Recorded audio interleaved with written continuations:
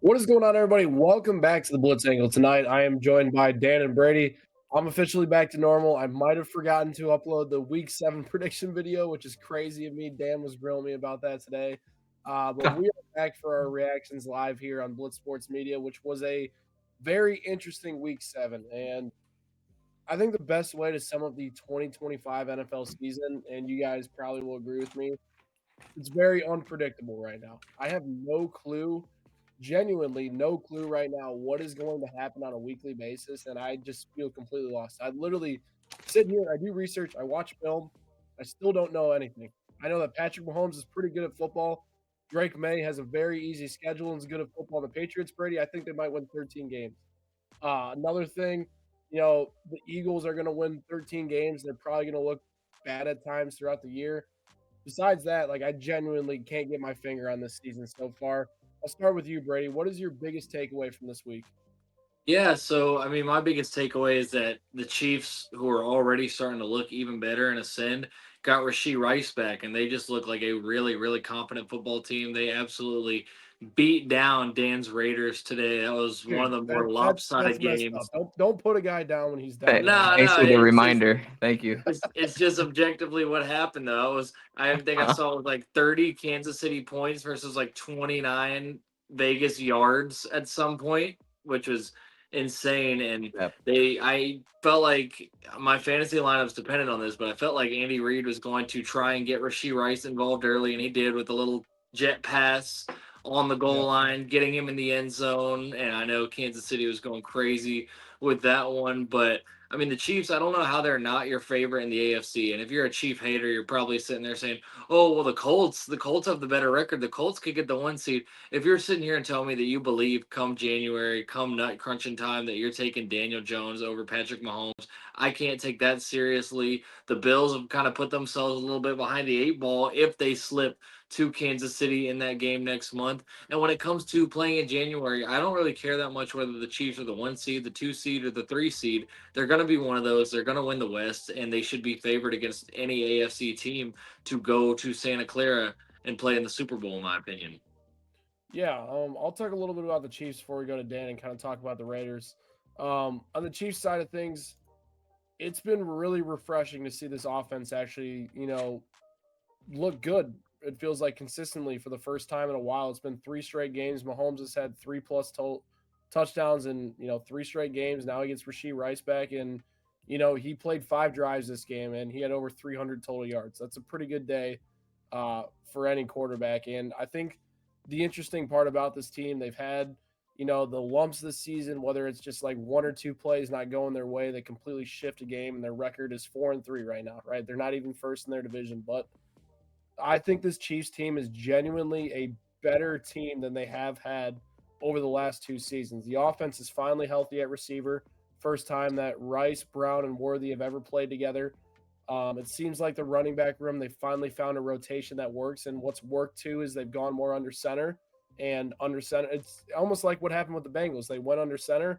And what do you know? You can run the ball a little bit better when you're under center a little more. And it's worked out better for the Chiefs. So, with that, it looks nice. And defense today, I think the Chiefs' defense has its limitations at times because their front four is frustrating. I think it's a good way of putting it. But I mean, the secondary has been really good all season long.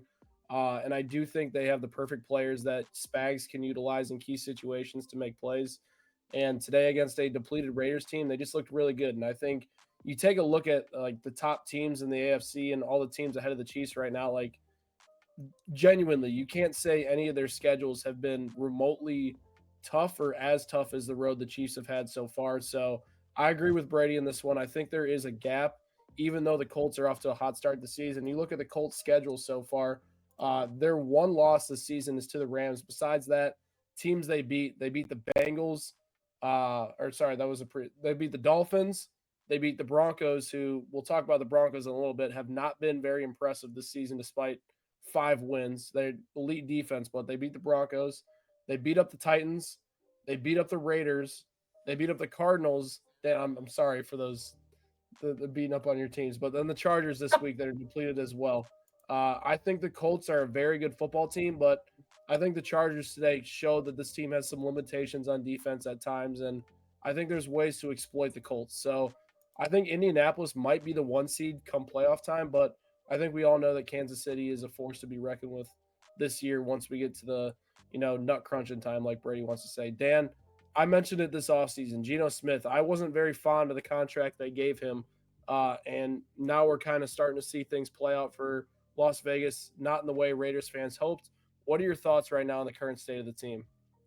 Yeah, well, it wasn't all Geno today. I'll tell you that. It Yeah. was the game was over at halftime. They just didn't show up again.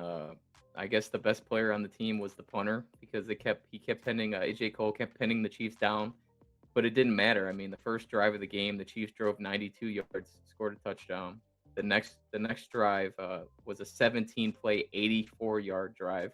They go up 14-0, and the Raiders just couldn't get any first downs. Just this is a crazy stat. The entire game, the Raiders had three first downs. Three first downs. Mm. That's the worst since 2008, and that record is held by the Raiders as well when Jamarcus Russell was the quarterback.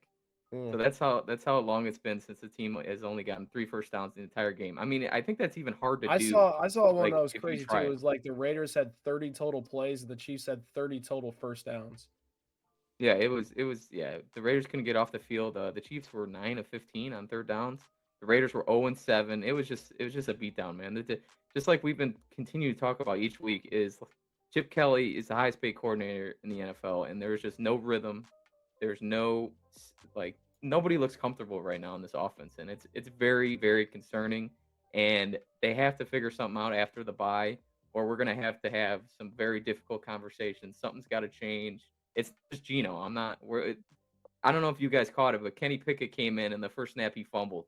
So it's everybody. It's the whole team, the offensive line, the Yeah. wide receivers, everybody. So it's real bad right now, and the Chiefs looked like a powerhouse today. That's what happened. Yeah, I think the interesting part with the Raiders too, like obviously you have the injuries to Bowers and Myers. That doesn't help your Yeah, but offense at all.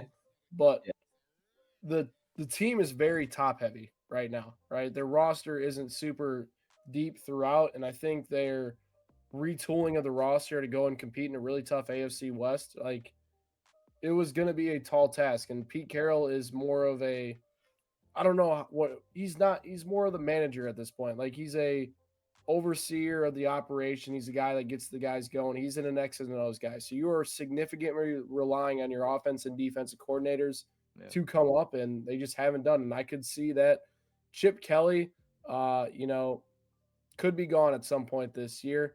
We'll talk Hey, about the game tonight now. hey, I was about to say, I see you in the chat. We be chilling. I want to clear some things up here. I'm not a Falcons fan, but my Oh, he loves the fiance is. Falcons.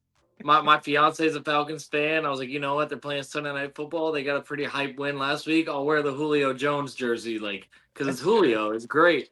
But no, Yeah. I agree with you. Michael Penix played absolutely terrible tonight, and he has not really been good for the majority of this season, which is disappointing because he showed a lot of promise at the end of last year when he came in and became the Falcons starter. A couple of tough losses where the offense played really, really well.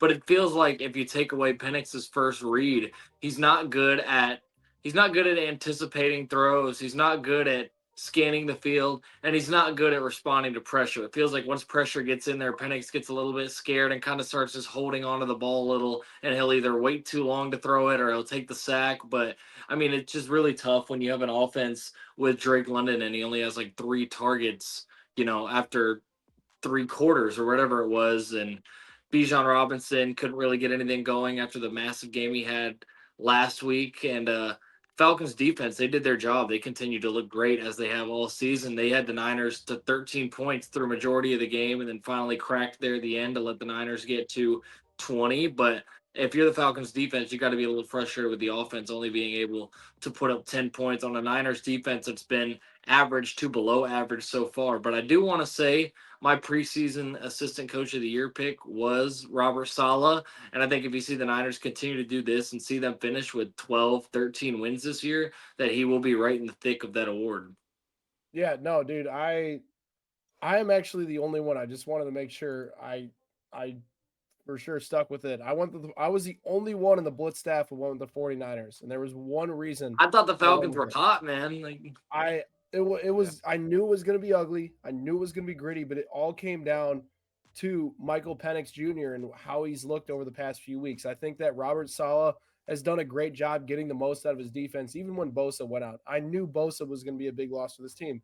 Fred Warner, even bigger loss, but his system just plugs and plays guys so well. Like we saw this, like look at the Jets Look at defense. Bethune Tatum tonight. Yeah, like the Jets, look how much the Jets defense has regressed since Salah left, and a lot of the guys that were big name players for the Jets are look at nobodies now. Sauce. We don't Yeah. even talk about them, right? Yeah. Sauce is the only guy we probably talk about now. No, I'm saying even Sauce has not done He's anything to been improve. Like, he's not the near the level as he was, but he's still having a solid year.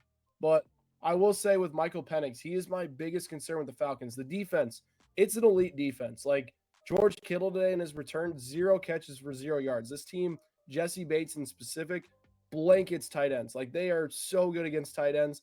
And then they have that pass rush that's completely changed and how this defense can play. They were that's struggling with with the linebacker. Divine Diablo leaving the game too. Yeah, like they struggled today against the run, and it allowed the 49ers to sustain drives, but they scored 20 points. That's plenty enough for Michael Penix with Drake London and Bijan Robinson. Tyler Algier is no scrub by any means. Darnell Mooney looked pretty good tonight as well. Kyle Pitts actually showed a lot of life as well.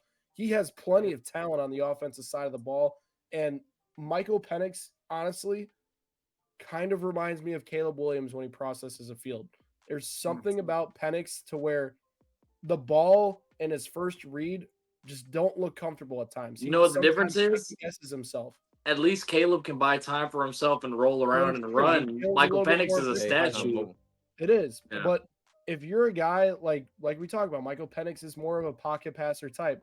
If you're a pocket passer and you don't see the field very well, that's a big problem for me long term, and that's going to be a big concern for me.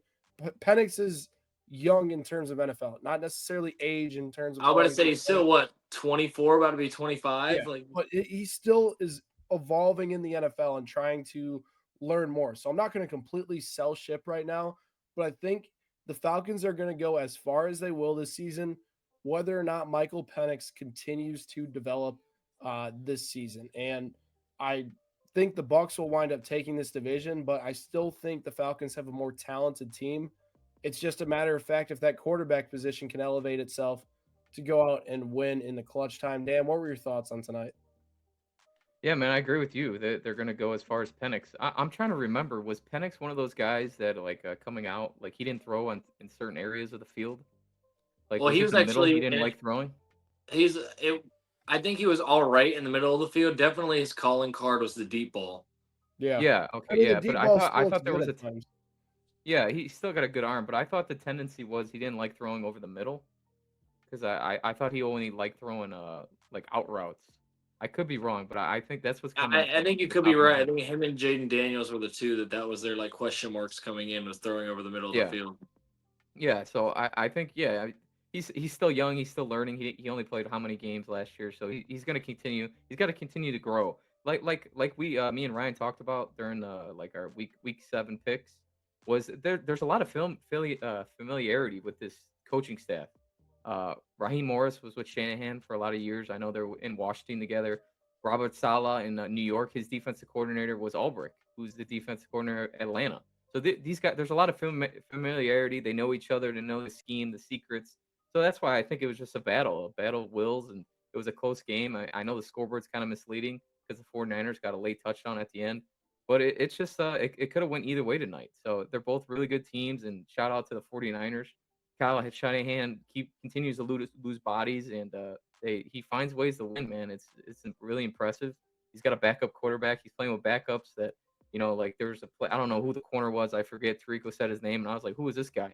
So they're just picking. It was like second and third string corner. So they just continue to find guys, and they keep winning. So it's really impressive. And I don't know where the coach of the year ranks right now, but Shanahan should be at the top of the list. Yeah, 100%. I'll say this really quick about the rosters. Right, the Bucs have an incredibly talented offense. No one is arguing against that. I'm more talking about the roster in general. I think the Falcons defense is leaps and bounds better than the Bucs defense right now in terms of what they have in the secondary, in terms of what they have in pass rushers. The only position you can argue is that they have a stronger interior defensive line because of Vita Vea. Besides that, though, I'm probably taking a majority of that Falcons defense over the Bucs. And right now, Baker doesn't have a lot of help. A lot of those guys are injured right now, and Baker is playing out of his mind and carrying that team. So I think with the Falcons, I Mike, it's going to be Michael Penix, and that's where I want to leave that conversation. I do want to talk about two teams, and kind of similar in the playoff race, the Commanders and the Cowboys fighting for a wild card spot right now as well. Jaden Daniels goes down with a hamstring injury in this one. The Cowboys absolutely routed them, dominated on the offensive side of the ball. Brady, you went with the Commanders. What were you expecting in this one, and what went wrong?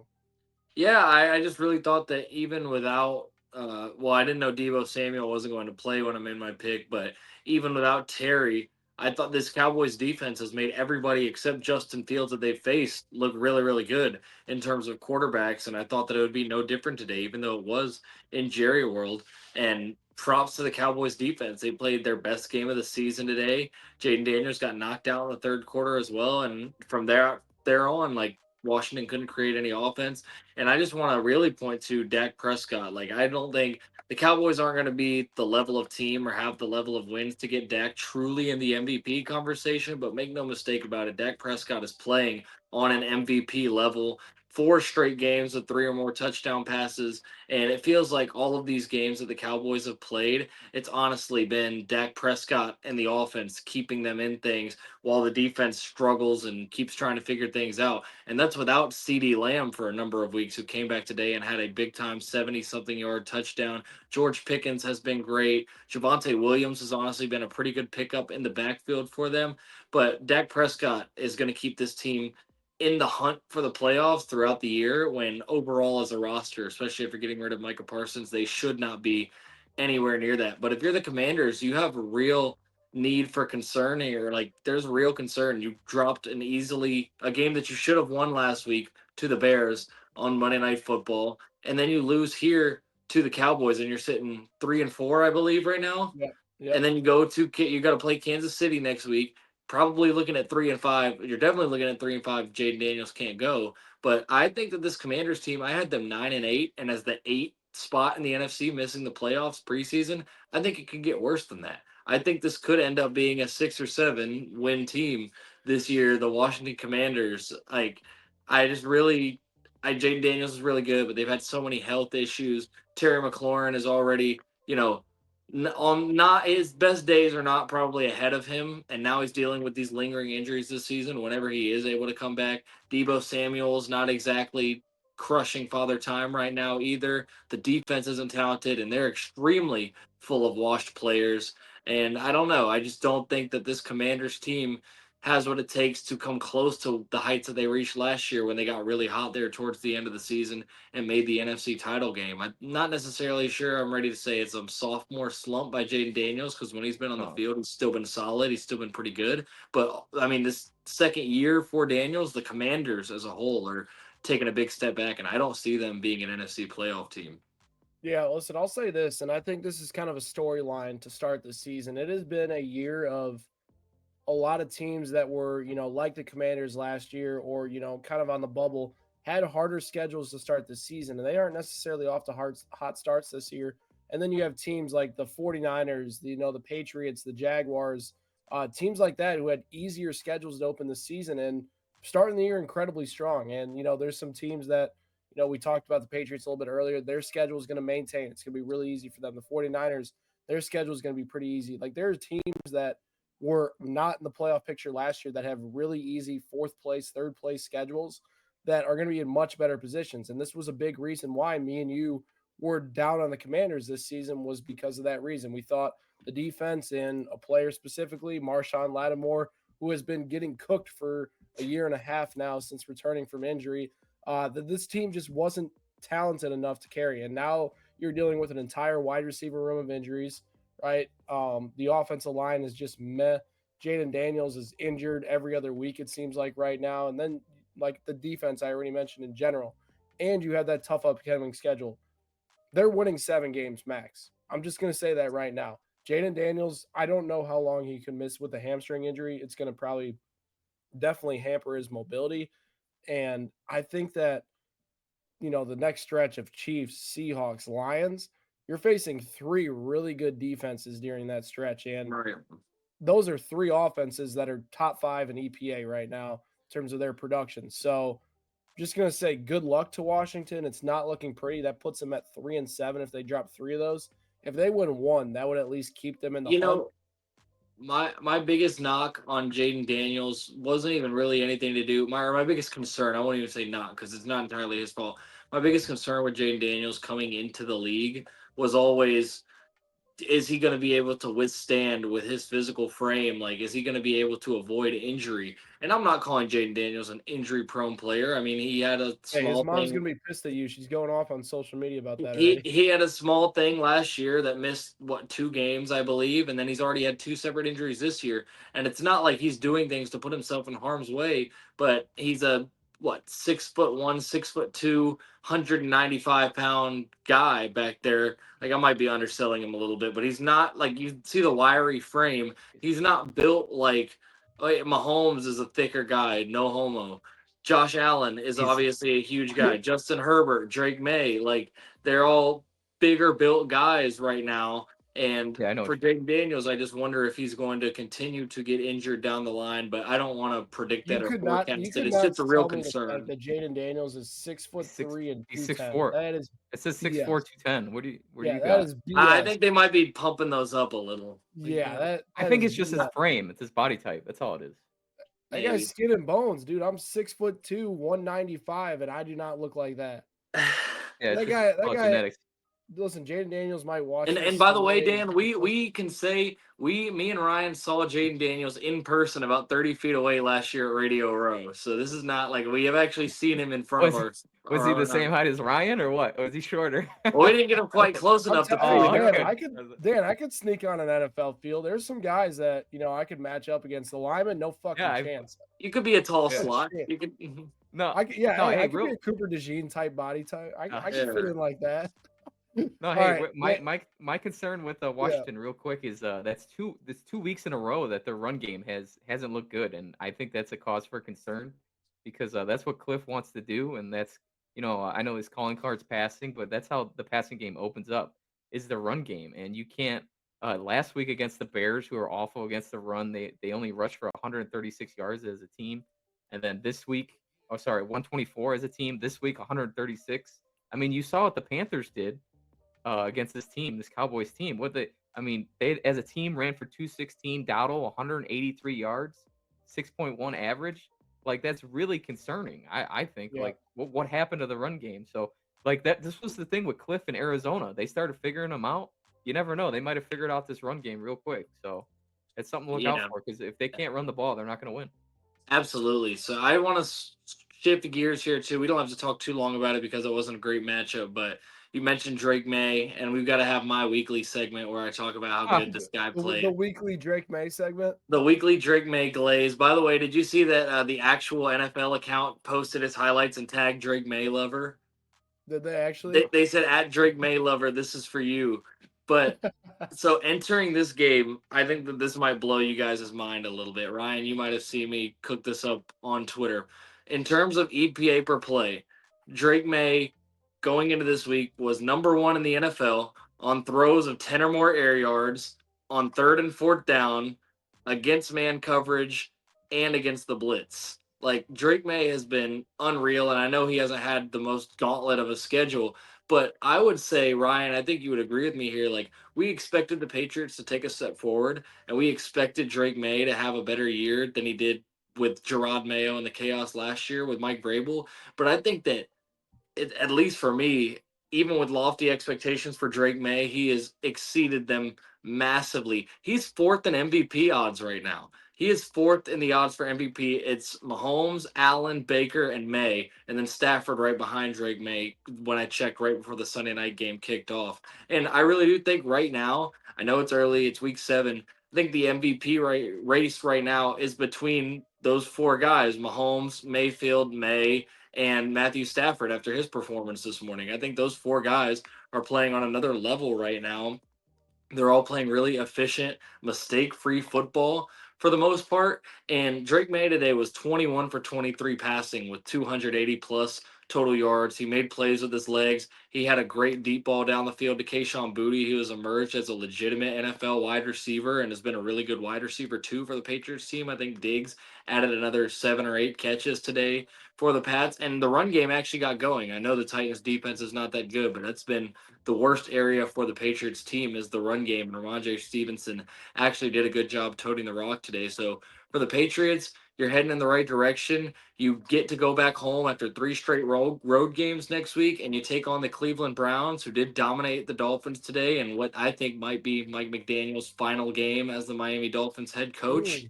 But I Oh, mean, you got to chill, feel chill. really, really good if the Patriots win next week and move to 6-2, heading into a home matchup with the Falcons. If they can win these next 2 games, they're 7-2 heading into Tampa Bay for a date with the Buccaneers. And I hope that NFL on Fox has the call because it'd be awesome to have Brady commentating that game between Baker Mayfield and Drake May, in my opinion, especially if they both have really good records. You know, Patriots fans would be slobbering all over that. uh, It'd be awesome, man. That would be a missed oh, what opportunity if the Fox hell? doesn't pick up that game as the game of the week. Oh, But Also, all in all that to wrap up my spiel is Drake May is playing at an unbelievable level, and I'm not like I if here's my take on it. I think that Drake May, I've always had this opinion, even last year with the stats and the run that Daniels went on. I think Drake May is the best quarterback in his class. But if you want to say that Jaden Daniels is better still and that Drake May has to continue to prove it, perfectly fine with me. Jaden Daniels deserves his flowers. He deserves his respect, and he was great last year. But I believe with my eyes and what I've seen that Drake May is the best quarterback out of the class and will have the best career. But right now, I think everybody can disagree that these two have separated themselves at the top of the pack out of that class from last season, and that both have been tremendous so far in their young careers, and it's really exciting to see. But if you're a Patriots fan, you feel really, really good right now, sitting at 5-2, your best start since 2019. yeah, I think New England is off to a great start. I think Drake May is playing great football, and you're right. He's ahead of schedule, and he's more than what we thought he was going to be. And you know, a lot of people are going to say like, "Oh, he's played basically nobody. He's played no good defenses to start the year. He's playing basically perfect against bad defenses. So what else is he supposed to do?" Right? Drake May's playing really good football. I think this team and you know what they've been doing this year. The play action's been really good for them. And this is despite a ground game that hasn't really been super effective this year, but the play action's working well. And I think it's a lot of what Josh McDaniels does in that play action that's worked well for this team. Their run defense is also really good. Their run defense paired with how they play offense right now is Milton Williams was a phenomenal signing. really was. And Oh he's yeah. one of the rare like Philly guys that leaves and is still really good elsewhere. So they've done a very good job of rebuilding their run defense as well. I do think their secondary at times gives me a little bit of pause, but I think that obviously Christian Gonzalez is an elite player and gives a lot of wide receivers Hey, problems. by the way, one other thing I wanted to say, you mentioned Coach of the Year. I think that by the end of the year, Mike Vrabel's Vrabel is going to be right in the thick of it, and that was my preseason pick was Mike Vrabel, and I think he's going to be right in that conversation. Vrabel is for sure in it. So Drake May, here Yeah. is the challenge that Drake May is going to have. Right, they have 10 games left, right, this season. You get the Browns defense. We all can agree the Browns are a pretty solid defense. The Of Falcons course. defense, another good defense. The Bucks are a good team, so that'll be a good test for the Patriots just in general. Not a great defense, but good team It'll be a overall. playoff type atmosphere probably in Tampa Yeah, Bay. yeah. You get a little bit of some bye weeks in terms of defenses with the Jets and the Bengals, but the Bengals could be a tough game with how they show. Jets, Bengals, Ravens.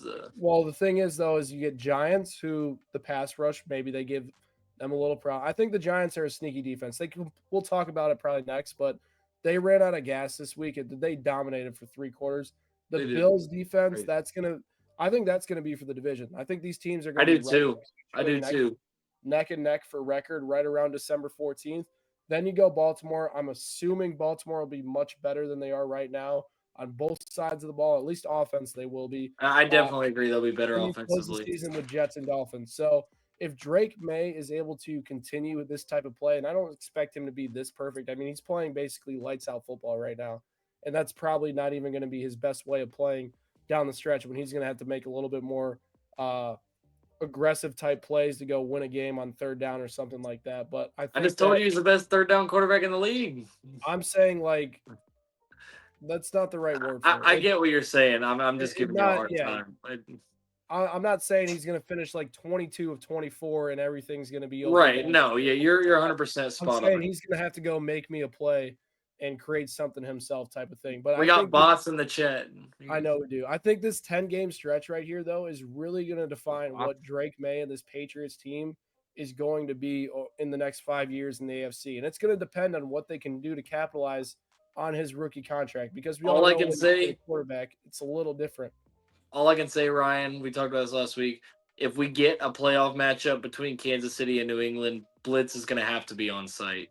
Like, Well, see, the interesting part is like that could be a 2 and 3 seed matchup in the divisional too. it could, but if it happens, whether it's in Arrowhead or in Gillette, we got to be there. Yes, we definitely will. All right, Dan, we're going to take it to you here. Broncos versus Giants, the collapse of the century. 1,600 games that there wasn't an 18-point game blown in the last 6 minutes. As a person that had Broncos minus 2.5, I was not happy to see how they won that game. But as a Chiefs fan, it was even more angry for me because the Broncos are a fraudulent 5-2 right now. What are your thoughts on it? Yeah, well, they keep finding ways to win. It's incredible. They scored 33 points in the fourth quarter. Like, is that a record? That's ridiculous. The New York was at the end of the third quarter. They're up 19-0. I mean, what are we doing? There's 3 lead changes in the final 2 minutes. Yeah, it is just a ridiculous game. And a key component to their comeback is Jackson Dart threw an interception with 5 minutes left. Just an awful interception. He tried to do way too much. He threw it right to the guy, and they gave the Broncos life. So yeah, somehow the Broncos pulled it out. I mean, they're lucky that kicker for the Giants, I can't remember his name, but he missed 2 extra points that came back to bite him. Just it was a weird day, and the Broncos found a way to win. And I think I predicted, and we talked about it when we made a Chiefs video, is the AFC West division is going to come down to Christmas Day on Netflix between the Broncos and the Chiefs. That's what it's going to come down to. That's whoever wins the division is going to win that game. So that the Broncos continue to win. Their offense somehow sputters through these games, but they keep winning. So that's I all that think that matters at the end of the day. there'll be a team that's looking to trade for a wide receiver before the deadline. Oh, yeah, I could see it being Jacoby Need Myers. No, well, I don't think the Raiders would do that, but They're not getting I don't an know. in-division receiver. No chance in the West. No. I mean, Well, the I could Browns- also the Browns- see. I think what's more interesting to me besides Jacoby Myers, if the Saints are shopping guys, is Rashid Shaheed. I think that Sean Payton could be trying to get somebody from New Orleans, and a speed guy for Bo Nix and the deep ball that he has could be a new dimension for the offense. Was he there with Shaheed, or was he? Did he I believe. What was his last year? 21. Peyton. It might have been. Shaheed might have been there for a year or two. Yeah. I think he might have had rookie Shaheed, maybe, but if so, that was it. But I'm just saying, like, I know he keeps tabs on the Saints. That's his old team. He knows what's going on there, and hey, they're terrible. They're probably about to start selling guys off. Let me not go for the home run of the Lave, who's like the big name target. Maybe let me go check out this Rashid Shaheed guy who runs a 4-3. I think he could fit in my offense. Dude, wide receiver is not the Broncos' biggest problem. The biggest problem for this team is at quarterback, and it's Bo Nix. Nix. But you got to help your quarterback, though. How are you supposed to help him? I mean, he has one of the better offensive coaches of the last decade. They have a great ground I'm game. not saying Bo doesn't have great help. I'm not saying Bo, in terms of his coach and his offensive line and his defense, he has phenomenal help. But I'm saying if you, when Sean Payton claims he believes Bo Nix is the guy, I'm not sure he truly believes that. It could be a little bit of coach speak there, he's hyped it up so much. But I think that if you have doubts about Bo Nix and you're not 100% sure, but you feel like the rest of the roster is up to par to where you can compete and win something serious, you got to be like, I got to get guys out here in the weapons array that like make it to where he can't fail, that limit the chances of him failing. Man, they've done everything for him. I mean, it's still second year though. What's frustrating with Nick. No, it is, but he's also going to be 26 at the end of the season too. So he's played a year and a half in the league. A lot of football. He's supposed to be the most pro-ready guy. It's fine. I don't think it's 3 quarters today. It looked like it's looked the entire season with Bo Nix. He can't make an accurate pass. He's not reading a defense well, and the offense is completely out of sync. And it's been the same story when he faces a pass rush. Like when this guy gets rushed, Bo Nix just panics. He doesn't know what to do. And in the second half, the Giants pass rush completely ran out of steam. their defense got them momentum back, right? And all of a sudden the Broncos make a few plays and there they go. Like it was insane. And Bo Nix's strength, honestly, is his legs. He uses his legs very Make it well move. and he finds ways to move the chains with his legs. That's his best ability, right? But the Broncos are, if there's any team in the AFC, I think that I am probably most worried about the Denver Broncos staying in the playoff picture compared to any other team right now. I think Pittsburgh has an easier schedule than Denver upcoming. And I know Denver has an elite defense. Don't get me wrong. Their defense is probably one of the top They're 3 awesome. units in the NFL, undisputed. But upcoming, you get the Cowboys next week. That's going to be a great test, I think, for them, especially the defense. The Cowboys have been firing on all cylinders, like Brady mentioned. A team exactly like them, the Houston Texans. That's literally two teams looking themselves in the mirror. After that, you go Raiders, division game. I know the Raiders don't look good It's right now, Thursday but night too. yeah, It's could Thursday be night. healthier short week. Yeah. Chiefs versus Broncos after that. Commanders versus Broncos. You go Raiders again after that. Packers versus Broncos. Jaguars versus Broncos. Chiefs versus Broncos. Chargers versus Broncos. Their easiest part of their schedule is complete, and they did take advantage of it. Don't get me wrong. Yeah. But if Bo Nix is playing like he has this entire season, I am worried about this Denver Broncos team. Ryan, I've got Denver going 5-5 down the stretch. I just went through at the end of Sunday Night Football. I went through playoff predictor and went through the rest of the regular season matchups just to try. I do this every week to see what my projected field is at the end of the Sunday games. And I've got the Broncos squeaking in the 7 seed at 10-7. I've got them going to Buffalo, the 2 seed, and then I've got the 6 seed Chargers heading to the 3 seed Colts. I've got the 5 seed Patriots heading to the 4 seed Ravens. And then I've got the Kansas City Chiefs getting the bye as the number 1 seed in the AFC. So the Steelers, I guess, are your team that you're. I'm fading the Steelers heavy. I'm fading. Their schedule is about to get pretty Yeah. tough, and they lost one of those games that you can't really afford to lose if you're one of No. those fringe teams on Thursday night. You lose into the ghost of Joe Flacco, and you waste a really good performance from Rodgers. That You really defense is do. I what's mean, really concerning, and it Yeah, it's looks the like defense. paying these old guys might end up being what hurts them. Paying T.J. Watt, paying Cam Hayward, bringing in Darius Slay, bringing in an older Jalen Ramsey who clearly is seeing his best days are behind him. Like, I don't believe in the Steelers defense. I really don't believe in Rodgers, to tell you the truth. I think he kind of like clip farmed off of a really good defense, a really bad defense the other night. Not good, not good. And I think he's still the same low volume, high efficiency merchant that he has been for a few years now.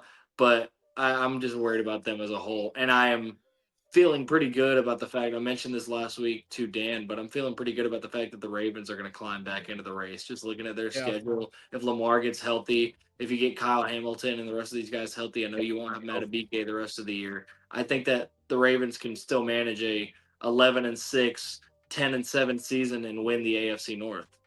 yeah, 100%. I got a futures on Chiefs or Ravens placed it like 2 or 3 weeks ago. So hopefully, I've got 2 MVP futures, one on Mahomes from the preseason and one on Drake May I placed 2 weeks ago. So look at I feel that. Look pretty at that good that value. one of those should hit. All right, we'll talk about 2 more contender games before we get to our quick What we hits, a got? new segment that I want to try kicking off so these shows get a little bit more efficient for us. So what we'll do is we'll talk AFC since we're on that boat right now. Then we'll go NFC game. Colts versus Chargers. 2 teams that came into this one supposedly hot. I know a lot of people were like, "Oh man, the Chargers are really good right now." I've been fading the Chargers. We all know I'm not a I guess I am a Chargers hater, but the Chargers are This not as isn't fair. Their team's hurt, man. Like they're not as good as they appear to be. Let's just say I no was right team is about good it. when they're missing both their tackles and their starting running back. Like Yeah, they can't run the ball. Yeah. I wasn't wrong. All right, but anyways, okay, the Colts, Jonathan Taylor, offensive player of the year. Can we start with that? Dan, tell me about that. Bijan. Fuck.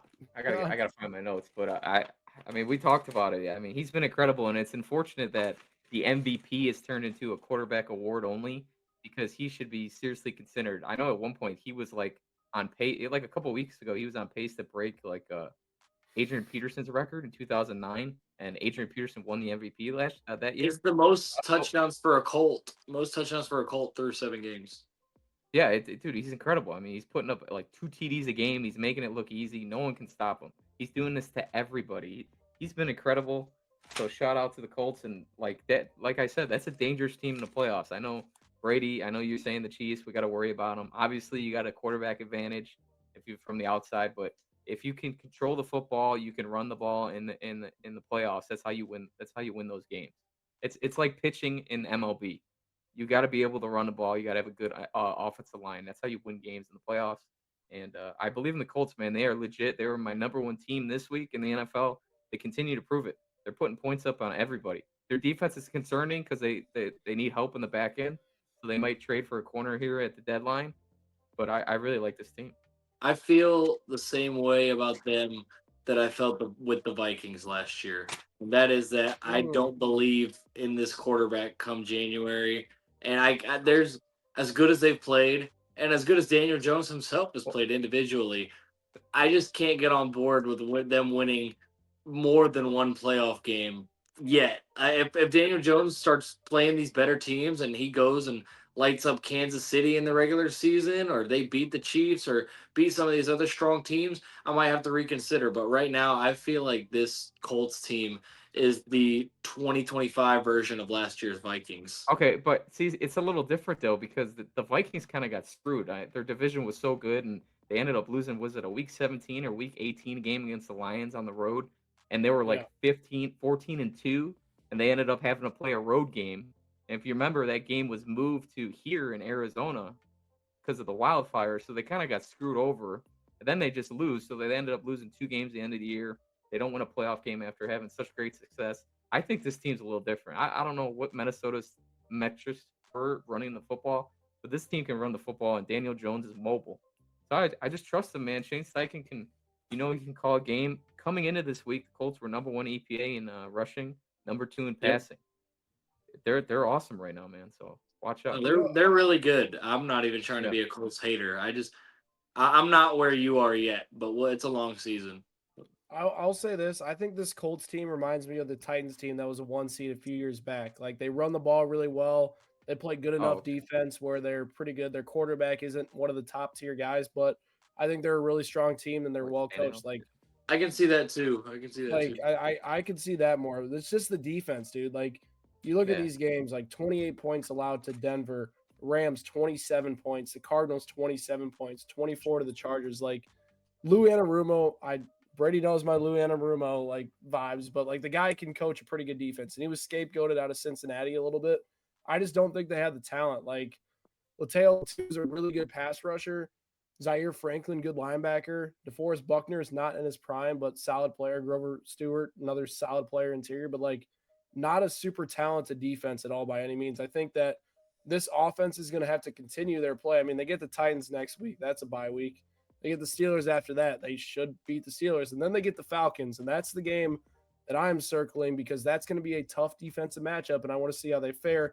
Then they go Chiefs. Then they go Texans. That's a 3-game stretch where we're going to get a real look at this Colts offense against a legit defense because outside of the Rams defense and the Broncos defense, like we haven't seen them tested and they shredded the Broncos defense. So I think that those other defenses will be really good tests for them and we'll kind of get a good look and glimpse at the Colts going Yeah, real forward. quick.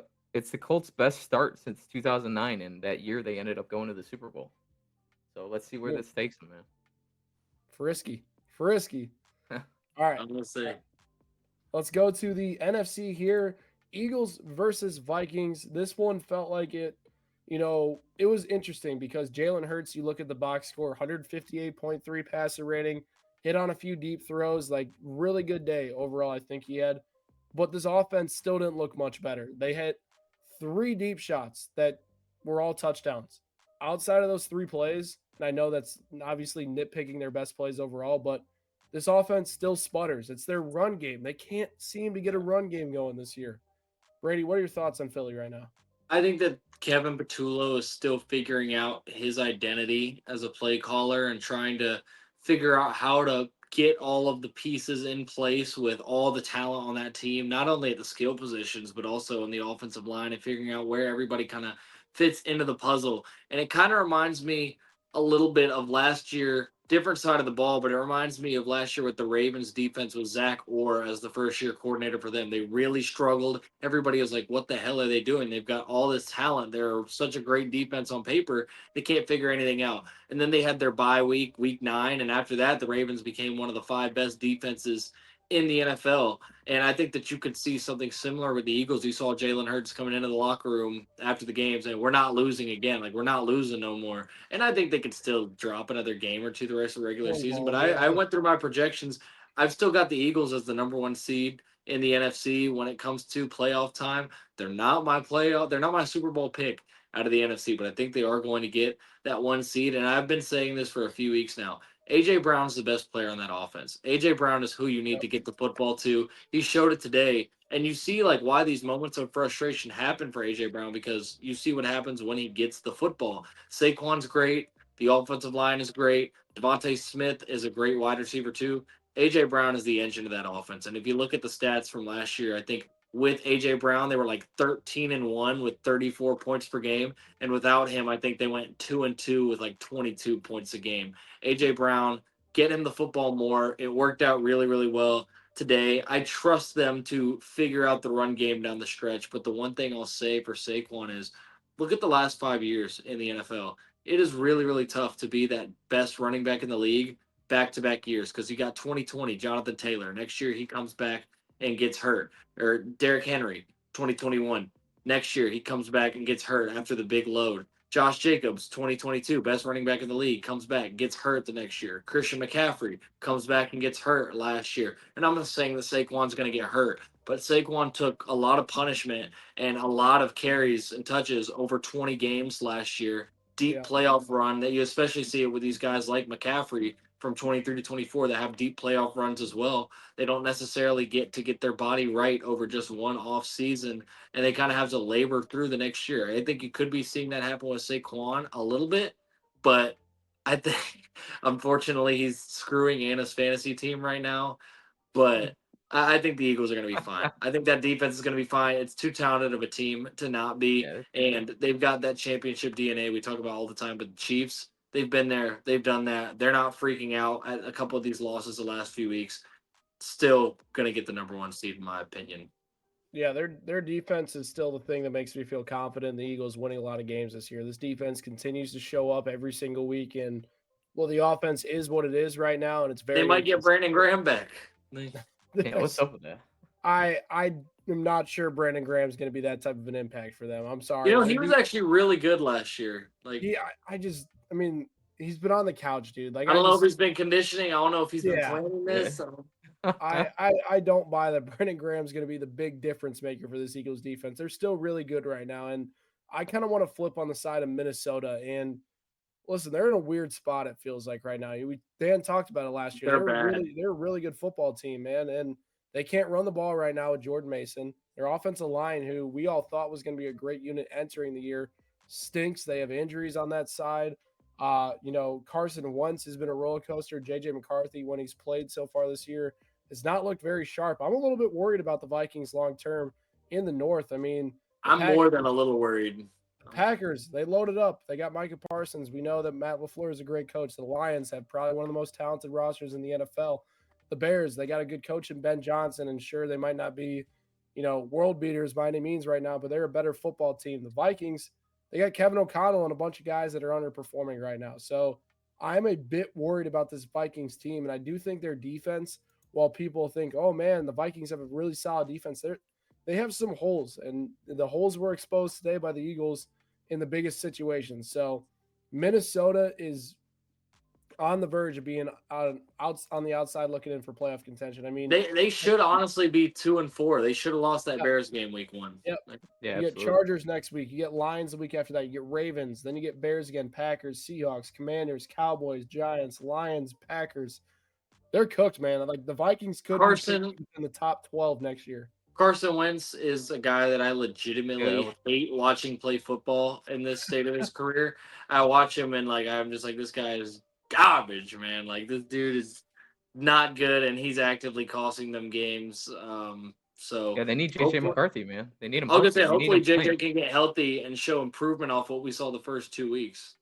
Yeah, Yeah, one because hundred you percent. you you you you wasted a first round pick on him. You need him. You need him out there. You can't And a lot of people will use a lot let of draft like capital. revisionist history, and they'll say they should have brought Sam Darnold back. They offered Sam Darnold a deal. They tried to bring Sam Darnold back, and he chose Seattle. Yeah. Well, the other thing too is like hindsight could offer Daniel Jones as well, right? They could have got either of those Yeah, they guys. Nobody had them knew he both. was going to become what he was going to become though this Yeah, they year. had them both. They had They them had them both. both. They had them both, and they didn't decide to go with them. All right, we're gonna go quick hits. We're gonna start with you, Yeah. Dan. Tua Tagovailoa and Mike McDaniel, right? Huh. Obviously, those two have been tied to the hip over the past few years. What do you think is going to go down in Miami? Is Mike McDaniel going to get fired, and is Tua Tagovailoa going to be benched at some point this season? No, what would happen? Well, in that situation, what would happen first is the coach would get fired. They have too much invested in this quarterback. Unfortunately, that was the ownership's decision. However long ago they signed him to that, what is it, $230 million extension? Last summer. Okay, last What? so I they it's kind of it's the bed they made themselves in. Whatever that quote Oh. is, I don't know. I'm trying to sound smart. You made your It's a bed, now long lie day. in it. Yeah, that's it. So you're stuck with him, man. You're stuck with Tua. You drafted Tua over Herbert. He can't throw in cold weather in the wind. How many And interceptions? Hurts and Love. Three, three interceptions. Yeah, it just never looks good. He's limited at what he can do with his skill set. So they're just kind of stuck with him, man. So they're gonna fire that coach eventually, and they're kind of butting heads too. So we'll see what happens. It's been bad in the media over the last, Yeah. few weeks. So it's Brutal. definitely The quotes are terrible from two of them. quotes are Oh, you terrible. think I throw interceptions in bunches? That's crazy. Oh, we don't have leadership. We've got guys skipping team meetings. My brother in Christ, that's a you problem. You are supposed to be the Yeah. leadership. That's all right. Tua's losing it now. Tua's losing it. All right, Brady. Quick hit for you here. The Green Bay Packers have definitely they're 4-1-1 right now, but let's What a just say game. it's been an ugly 4-1-1 to open the season. Are you worried at all about Green Bay? Um, I'm a little worried about the offense and just the consistency of Jordan Love right now. I think that getting Christian Watson back and getting him full speed and Jaden Reed back in full speed down the line will do a lot of good for this offense. I think right now there's not really a clear number one guy. They're trying to bring Golden along each week, but you've got Golden, Romeo Dobbs, Tucker Kraft. Feel like they kind of spread the wealth a little bit too much. And I think Jaden Reed is your number one guy for now. You bring him back. Christian Watson is your deep ball guy. You're going to bring him back, and he's going to be ready to go. Defenses still looked pretty good. They got a little shaky at times today, but all in all, I think that this team, the first 2 weeks, we thought that their ceiling was a Super Bowl team.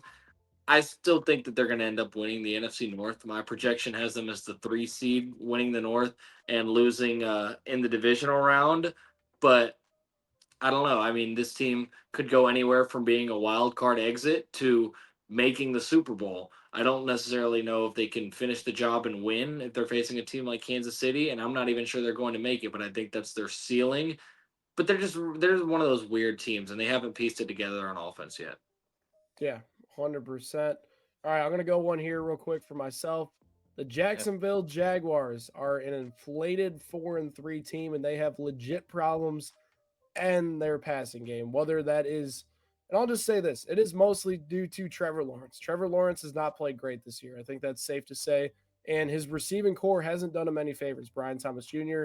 is off to a bad start this season. Liam Cohen didn't really get Travis Hunter involved until this week, and they still only managed to score 7 points against the Rams. I think Cohen's a pretty good coach, but right now, this is not what you were expecting as a Jaguars fan. I understand the 4-3 is a great start, but you were expecting Liam Cohen to come in, who was a part of Baker Mayfield's revolution, right? He was with Sean McVay in Los Angeles. This passing game was supposed to be better. And Trevor Lawrence has not shown signs of improvement this year. And it makes me long-term concerned. We talk about Tua's contract being bad. Trevor Lawrence's contract is bad. Lawrence has not been good enough this year for the money he's getting paid. And while Brian Thomas Jr. has struggled, you can't put the blame on that guy at times. Lawrence is one of those guys similar to Derek Carr that tends to throw that hospital ball. And I don't think if Trevor Lawrence makes these strides, over the season, I don't know if Liam Cohen's going to stick with him completely long term. I understand he has the money tied to him, but why not bring in a veteran that can fit the system very well with what Liam Cohen wants to do? The one thing I've gotten from Liam Cohen in his time so far is the guy wants to win really badly, similar to kind of Ben Johnson in Chicago. I would not be surprised, and we've seen Lawrence and him butt heads on the field. I would not be surprised if Trevor Lawrence does not work out in this 2 year window, that there is a veteran brought in to compete with Trevor Lawrence to play in Jacksonville. I think this defense has shown signs, but their secondary stinks. But I think that Jacksonville is a team that, while they're in the playoff picture right now, they're not going to make it, and it is a large part due to their quarterback play. I've got beef with Trevor Lawrence, Tua Tagovailoa, Brock Purdy, all these mid quarterbacks that got paid elite money, because now it's going to bump up the price tag for freaking Drake May in a couple of years, and it's going to Drake be May is getting That's a whole nother absolute issue. it's going to be unreal. But with the Jaguars, just really quickly, I think the one bright spot was that you got Travis Hunter way more involved in the second half in the passing game, and he had his best game as a pro in terms of catching the ball. And I think that if Trevor Lawrence can make some better throws, he could do even better. They're still figuring out the usage. He played more defense in the second half because he didn't play defense in the first half, and he had a couple of nice PBUs. But yeah, I mean the Jags. You're right, Trevor Lawrence. They could move on in the next year or two if he doesn't get to where Cohen's going, and we'll see. I don't think it's gonna happen. I think you gotta understand, I think it's the run game. I mean, they fell behind 21-0 and at half. Trevor's in year 6 now and is still making these weird like rookie type I know, but it's a mistakes new too system. often. He's how many games in a new system? He's got to learn. It's not Takes even a the new while. system though, too. It's like the run game has been good this year. Yeah, but not today. And look what happened. Well, Yeah, not not today, today. but Trevor Lawrence has also been bad almost the entire season. So it's like I don't like. I think the run Liam Cohen can coach a run game. Like Travis Etienne looked like he was dead in the water last year in Jacksonville. We're all like, Yeah. oh, Travis Etienne's back. He looks really sharp. That's Liam Cohen coaching a good run game. So I Exactly. think it's like just Trevor Lawrence has not made the strides that he needs to, and he just doesn't talk about pocket passers who can't process the field. They don't last long. Michael Penix potentially. But we will see what happens, how this plays out. All right, two more quick hits. I'm going to serve them up. Brady, I got a good one for you here. Actually, we'll do 3 more quick hits. All right, Dan. Carolina Panthers. They're 4-3 right now, and Bryce Young, is he starting to become a winner now for Carolina? Is he the long-term answer? Well, I don't know about that, but this is just the flip side because I know he's hurt too. He left the game, didn't he? He didn't return with some injury. He did. But this he is didn't leave the the game. thing. Where did Dave Canales come from? Where did he come from? Tampa Bay. What's he want to do? Run the ball. It's the same thing. Rico Dallas, 17 carries, 79 yards. They ran for 125 yards as a team. It was gritty. It was an ugly game in New York, but somehow they figured to win. Even the Jets put on Tyrod Taylor to try to save this game, and it didn't work out. But yeah, it's just another team that wants to run the ball, and they got their front. I like their front. They're big with Derek Brown up front. I don't know what they're gonna do with Bryce Young. That regime didn't draft him. They inherited him, so we'll see what happens.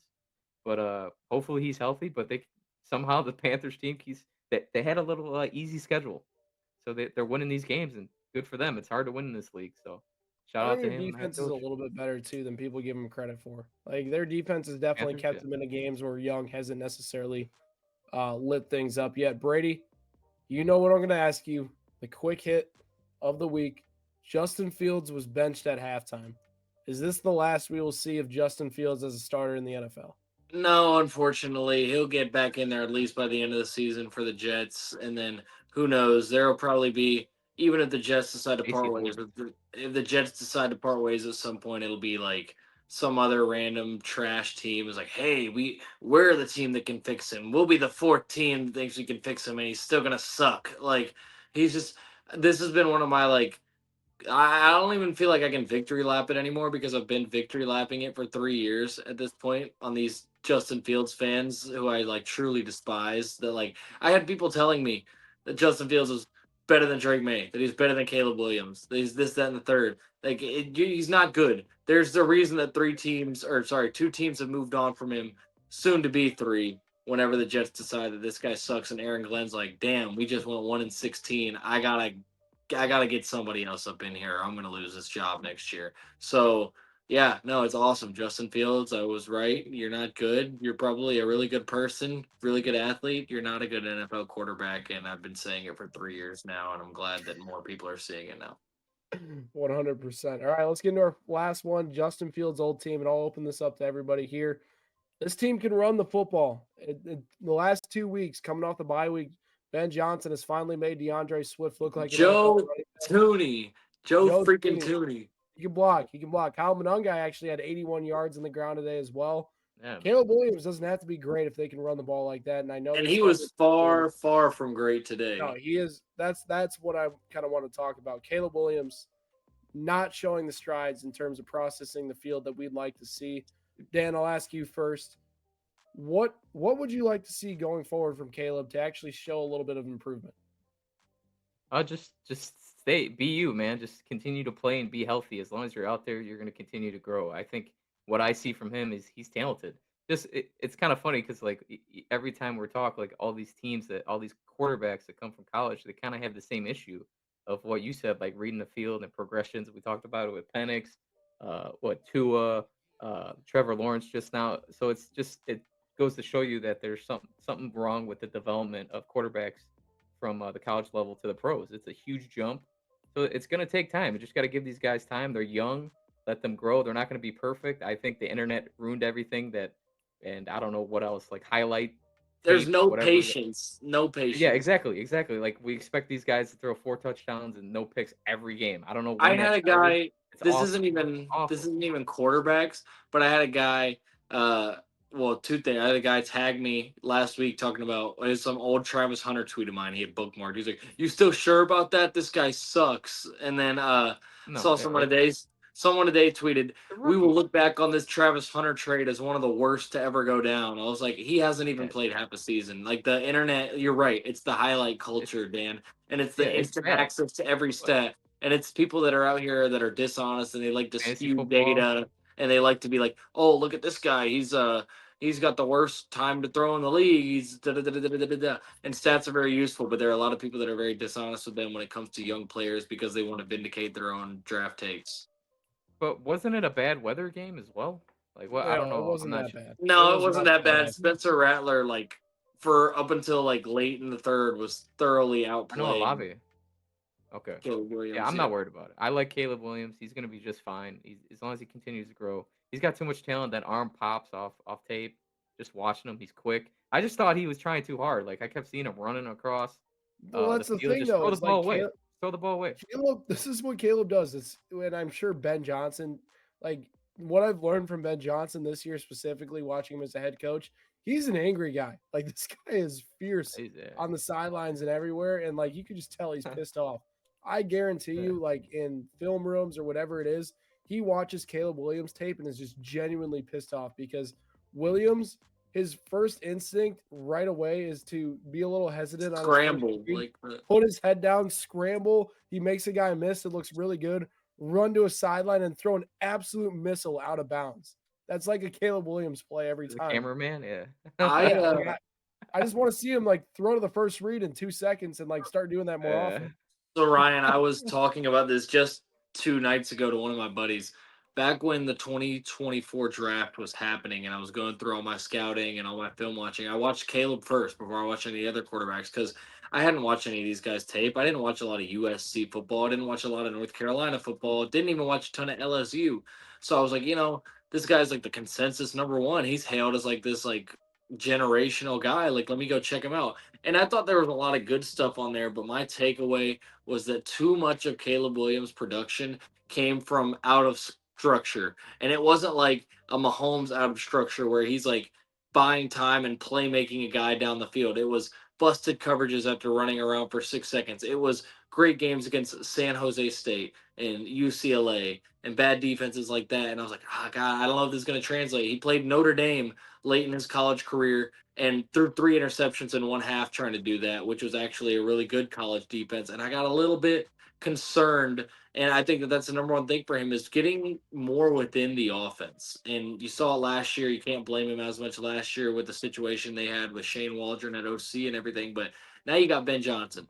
Now you got the playmakers. Now you don't really have any excuses. Like you mentioned, even the run game is going now. The offensive line has been a lot better. DJ Moore and Romo Dunze is a plenty good enough wide receiver duo. You drafted a first round tight end in Colston Loveland to go with Cole Kmet. It's on you. And I think that the Bears are following a strategy a lot of teams are doing where they're expediting the process. They're bringing in guys and being like, you got 2 years to show us you're the guy. And Caleb Williams will get longer than 2 years based off the Oh, capital he'll and get a full based off 4. the investment. Yeah. He'll get his entire rookie contract, I believe. But Yeah. it's very, if you're a Bears fan, you can't be super pleased that Caleb Williams has at best been the third best quarterback in his class through almost a fine. year and a half. Hey, I'm just saying, you're a Patriots fan. You get a quarterback all the time. The Raiders haven't had anybody. I would be happy to You have know, Caleb. I don't it care is. what he does. As I long as was you're on the field That is playing and true. That growing, is you're true. The fine. difference That- between I told someone earlier today it was a long 5 years. I It was don't. a long 5 years without a generational quarterback. Okay, that is the Yeah, thing yeah. though, is that with It's Bears like, fans and Caleb Williams, especially with me seeing it up close here in Chicago, is like yeah, you're around it. Caleb compared to what like Jay Cutler is the best Bears quarterback that they've ever had, actually, like talent wise. But like what about Jim Caleb, McMahon, dog? Oh, no, shut Caleb up. literally throwing for 4,000 yards would be like statue worthy here. That's how like It's never bad happened, quarterback right? play has been Yeah. in Chicago. Yeah, absolutely. And I just like I want to see him play within the offense. And the one thing, just to take a quick little victory lap. It's funny that the article came out a few weeks ago that Ryan Poles scoffed at Drake May's college tape and laughed at the scout that wanted to look at Drake May and check him out. Just goes to show what Ryan Poles knows, right? Hey, he was part of Mahomes, so I think he did fine. Man, he was not no. We all okay. It was Brett Beach, but he was a part of it. He was He there, was a right? part of it. Oh, that's Beach's Mona Hey, Lisa. isn't No, it? I Hang on. mean literally, Brett Beach is Brett Beach because he was Patrick Mahomes. Like literally. If I was a little older, they'd make a movie about the Patriots' second dynasty in a couple years, saying that I was the guy for Drake May. So Oh man. Oh Brady. Oh, hell All right. no. All right. Listen, we really appreciate you guys tuning Oh. into this hour-long episode of our Week 7 reactions. Make sure you drop a comment down below what your hottest take is. Hit that subscribe button for more Blitz Angle content. Me, Brady, and Oh, Dan. yeah, We'll catch you guys next time.